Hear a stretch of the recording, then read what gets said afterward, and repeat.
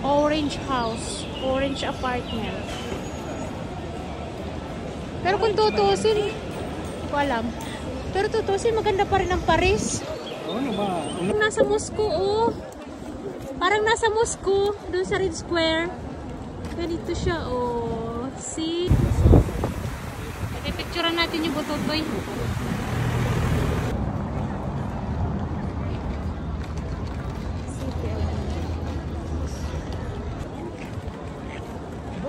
Parang sa Moscow.